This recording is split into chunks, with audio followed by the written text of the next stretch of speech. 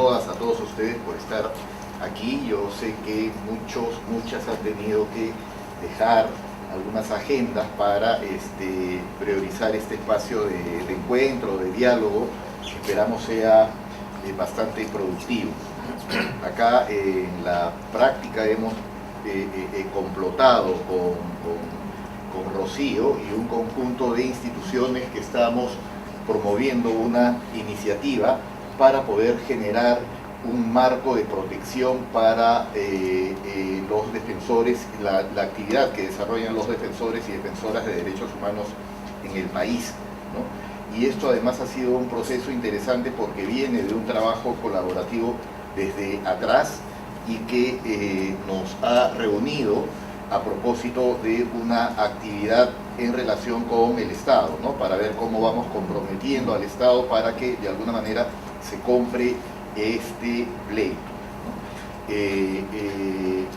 Bueno, estas instituciones son el CEAS, son el Instituto de Defensa Legal, entre otras organizaciones, porque ahora ha pasado algo que me parece importante. El conjunto de organizaciones de sociedad civil que estamos por lo menos localizados aquí en la ciudad de Lima, así como agencias de cooperación, nos hemos reunido y congregado en un grupo de trabajo. ¿Para qué? Para que todas las iniciativas que hay, por lo menos que conocemos entre nosotros y nosotras, puedan confluir, hacer sinergias, no dupliquemos esfuerzos y más bien desarrollemos un trabajo colaborativo, ¿no? Entonces estamos en ese marco. ¿Por qué nos hemos propuesto un encuentro de este tipo? ¿Por qué los hemos convocado para poder aprender de sus experiencias en otros lados del continente, ¿no? Seguramente sería un poco complicado poder responder de manera extensa a esta pregunta, que es la que nos convoca en realidad a este evento. Pero diríamos que hay algunas razones básicas que voy a resumir. Uno, hay una historia reciente sobre la situación de los derechos humanos y de los defensores de derechos humanos en el país. Como ustedes saben, hacia el 2000 nosotros iniciamos nuestro ciclo de transición democrática, esto que algunos también han llamado el ciclo de justicia transicional. Pero esto se da en el marco de en el que acaba el conflicto armado interno, pero acaba en unas determinadas condiciones, ¿no es cierto? En el que, por un lado, los grupos alzados en armas, Sendero Luminoso y el MRTA, han sido derrotados, militar y políticamente, ¿no? Pero también en los 90s, las Fuerzas Armadas que han derrotado a las fuerzas alzadas en armas, ¿no es cierto? Y terrorista también, porque hay que decirlo así de manera clara y explícita. Las Fuerzas Armadas también llegan al 2000, al inicio de este ciclo de transición, también derrotados, ¿no? O sea, derrotados en el marco de una dictadura que instrumentalizó a las Fuerzas Armadas como un vehículo fundamental para la corrupción en el país, ¿no? Entonces tenemos una transición, digamos, con actores clave que llegan a este ciclo de transición derrotados. No es el caso de otros países, ¿no? Donde se plantea el tema de la justicia transicional con los actores en otras condiciones.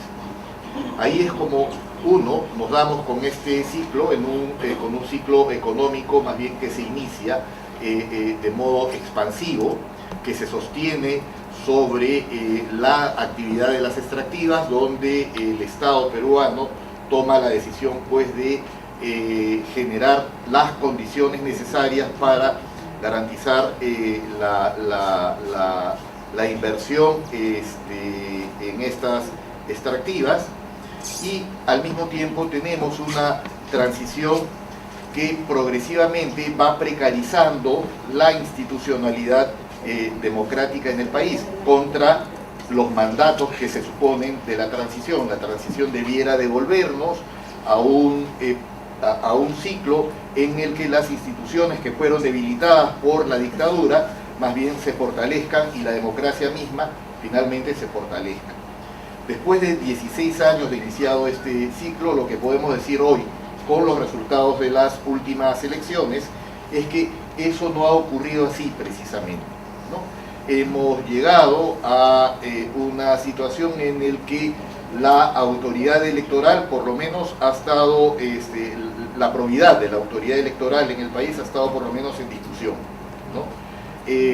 La situación de penetración de los partidos políticos por el narcotráfico y actores ilícitos también ha estado en debate. La participación ciudadana y las grandes movilizaciones ciudadanas que se han dado en todo el país en el contexto electoral han respondido a esta situación que hemos percibido desde sociedad civil como un peligro.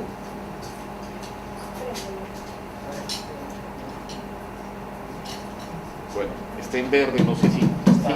Está bien, tienes que hablar. Es que está de más. ¿Ah? Tienes que acercarlo un poco más. Ok. Bueno, entonces lo que indicaba es que hemos llegado ya a una situación en la que se ha evidenciado la precarización de la propia institucionalidad democrática contra lo que ha sido el mandato de la propia transición, ¿no? Y ahí tenemos un ciclo de expansión, de crecimiento, en el que hemos, digamos, alcanzado algunos índices que me parecen que son relevantes: la disminución de la pobreza, la ampliación de las coberturas de salud, ¿no? Tenemos hoy el SIS que antes no lo teníamos. No vamos a hablar acá sobre la calidad de la prestación de los servicios, ¿no? Pero en todo caso lo que hemos tenido es una mayor inversión y algunos índices que hablan de algunos cambios que se han dado. Sin embargo, eso no ha significado una mejora en la calidad de la democracia, en una mejora de la institucionalidad democrática y en una ampliación de la presencia del Estado, sobre todo en situaciones donde se demanda una mayor presencia del Estado.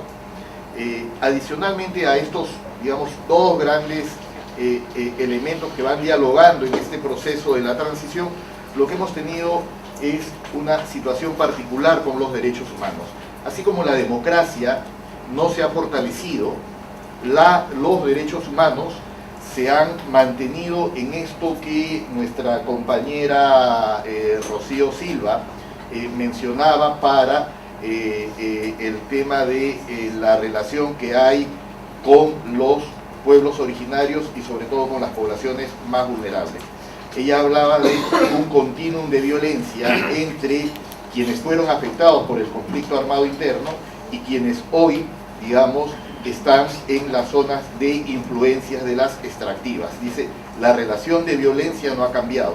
Diríamos que eso es mucho más largo todavía, diríamos que esa relación es una relación de violencia histórica, pero con los derechos humanos también este continuum de violencia que durante el conflicto armado interno asoció los derechos humanos a la defensa de los terroristas, asumiendo que todas las personas, ¿no es cierto?, todos los peruanos y peruanas que hemos de alguna manera padecido las consecuencias del conflicto armado interno, finalmente nuestros derechos terminan significándose como derechos que no deben protegerse, ¿no? Y la manera de deslegitimarlos era asociarlos con la defensa de los terroristas. Por eso se habla de un movimiento de derechos humanos que en vez de defender a los militares, a los policías, etcétera, está defendiendo únicamente a los terroristas, como si los peruanos y peruanas afectados por el conflicto armado interno estuviesen formando parte de los grupos en conflicto. Entonces, tenemos en este contexto esa continuidad, o sea, así como hay una continuidad de violencia desde quienes fueron afectados por el conflicto armado interno, ahora por los conflictos socioambientales, también los derechos humanos han sido objeto de estigmatización y deslegitimación en este nuevo contexto. La democracia, digamos, no ha invertido y no se ha convertido en la transición democrática, no ha permitido un proceso que devuelva legitimidad, digamos, a los derechos humanos. ¿Qué hemos tenido en este contexto? Algunos datos, porque lo que sostenemos es que ha habido una progresiva restricción de derechos, ¿no? Uno, en el marco normativo institucional, hemos tenido con el gobierno anterior de Ollanta Humala 4 decretos legislativos que denominamos aquí paquetazos ambientales. Tenemos durante los últimos 3 gobiernos democráticos un procedimiento de convenios, ¿no es cierto?, que en la práctica son secretos entre las extractivas y la Policía Nacional del Perú, ¿no? Donde finalmente la fuerza pública termina privatizándose en la defensa de intereses particulares. Y también lo que hemos tenido, sobre todo ya durante el último gobierno democrático, el de Ollanta Humala, el endurecimiento de los tipos penales con los que se acusa a los defensores y defensoras de derechos humanos, ¿no? O sea, se habla de asociación ilícita para delinquir, de secuestro agravado, entre otras condiciones que les permite plantear al Ministerio Público, ¿no es cierto?, penas que pueden ir entre 20, 30, sino 35 años para quienes, por ejemplo, toman o bloquean una carretera. Hemos tenido además situaciones bastante claras como data, ¿no? O sea, en estos 3 últimos gobiernos se han producido 152 muertes de civiles en el marco de los conflictos socioambientales. Hemos tenido 1.912 personas heridas, ¿no? Y hemos tenido cerca de 2.000 personas criminalizadas, ¿no?, que se les ha abierto procesos. Esto lo que da cuenta es de 2 situaciones bastante claras, ¿no? Una, de la situación de represión que hay sobre la labor de los defensores y defensoras de derechos humanos a partir de mecanismos de control, ¿no es cierto?, que se institucionalizan, ¿no?, y que hace que los y las defensoras de derechos humanos se hagan vulnerables frente a la labor de los agentes estatales, ¿no? Y por otro lado, también somos vulnerables a el accionar de fuerzas, digamos, ilícitas. En una audiencia en la CIDH se ha presentado en colaboración con el Sindicato de Construcción Civil la situación de este sindicato y sus líderes, ¿no?, que son son asesinados por mafias que actúan alrededor de estas actividades, ¿no? Pero no solo hay el tema de la represión y el control sobre la actividad de los defensores y defensoras. Esto en líneas gruesas, porque podríamos hablar de muchas otras situaciones sobre la represión y pretensiones de control de nuestra actividad. Por ejemplo, a través del APSI, las compañeras defensoras, feministas, que plantean los temas de la despenalización del aborto, por ejemplo, o de las esterilizaciones forzadas, son, a partir de una llamada telefónica desde el Congreso, inmediatamente vigiladas, ¿no?, por las intervenciones de la Agencia Peruana para la Cooperación Internacional, ¿no? Pero así como tenemos esta represión y control, también tenemos esta continuidad, esto que estamos hablando, este continuum de la estigmatización y deslegitimación de los derechos humanos y de la labor de los defensores de derechos humanos, ¿no? Entonces, ahí nos vamos a encontrar con una suerte de legitimidad en el espacio público de nociones, ideas que discurren con facilidad por los medios de comunicación. Por ejemplo, un concepto como el de terrorista antiminero, ¿no? Y es lo más claro porque la idea del terrorista, con lo que representa, digamos, en lo simbólico, es algo que está instalado en la sociedad peruana fuertemente, ¿no? Y lo que hacen es simplemente hacer un desplazamiento para que esta idea y los prejuicios que pueden construirse alrededor de esto se desplacen hacia la labor de las defensoras y los defensores hoy, en la actualidad.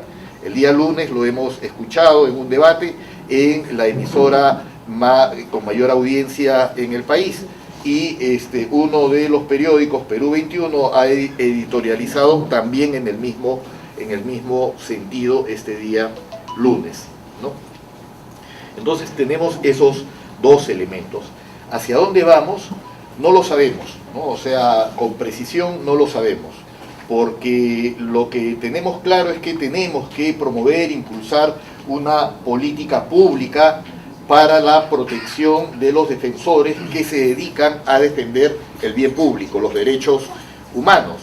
Pero ¿cómo? Esto es solo a partir de la generación de un marco normativo, de la propuesta de una política integral, que puede sonar como algo necesario y probablemente pueda diseñarse bastante bien, pero eso va a resolver estos asuntos que señalamos nosotros, vienen desde largo, desde atrás, y señalan esta contradicción entre la necesidad, ¿no es cierto?, de favorecer el crecimiento económico asentado en la actividad de las extractivas, ¿no?, y que supone al mismo tiempo la restricción de derechos.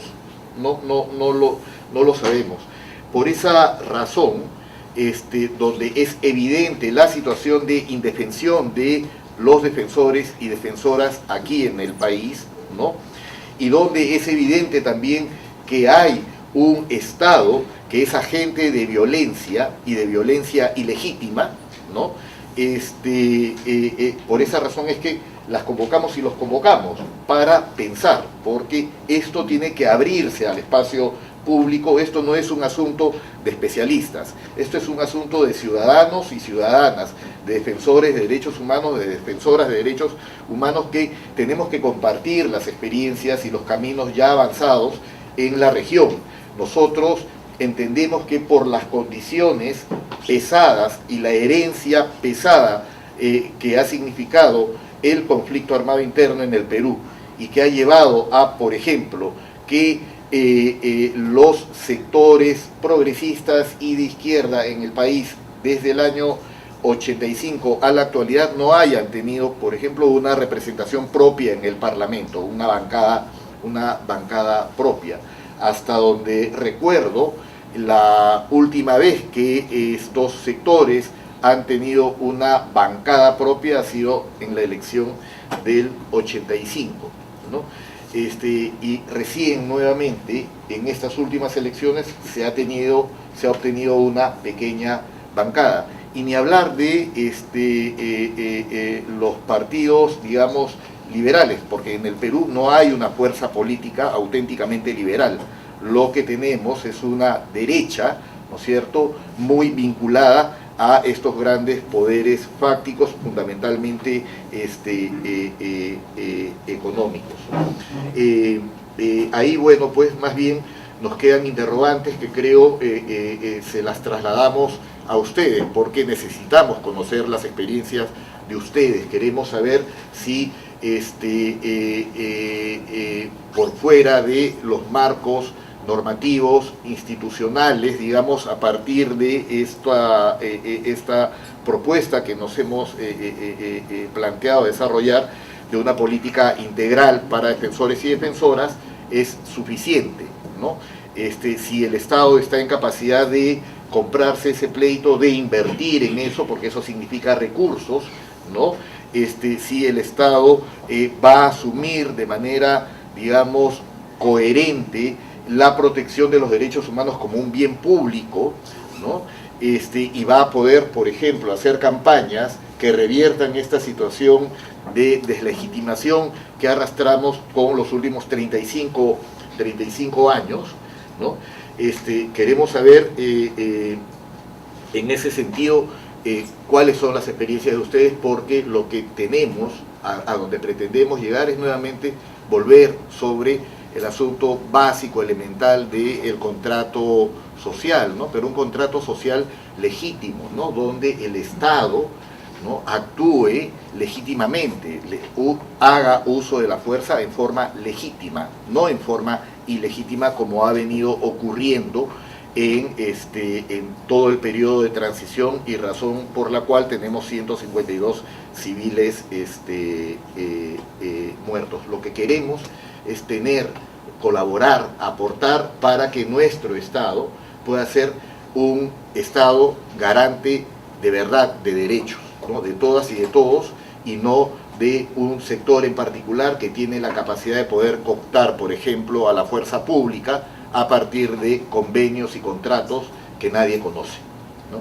Con esto entonces les traslado a ustedes estas inquietudes de quienes hemos organizado este evento. Gracias.